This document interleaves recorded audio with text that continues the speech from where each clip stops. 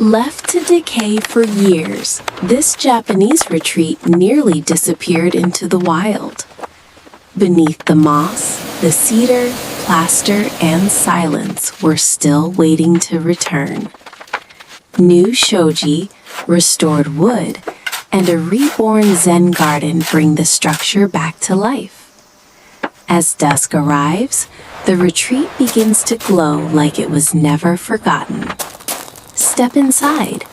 The exterior is peaceful, but the heart of the retreat still needs saving. Torn shoji, rotten tatami, and years of damage are stripped away piece by piece. Fresh tatami, quiet textures, a new Zen view, and a warm Ofuro restore the room's purpose. Now the space breathes again. Calm, balance, stillness. What was once abandoned is now a true Zen meditation retreat.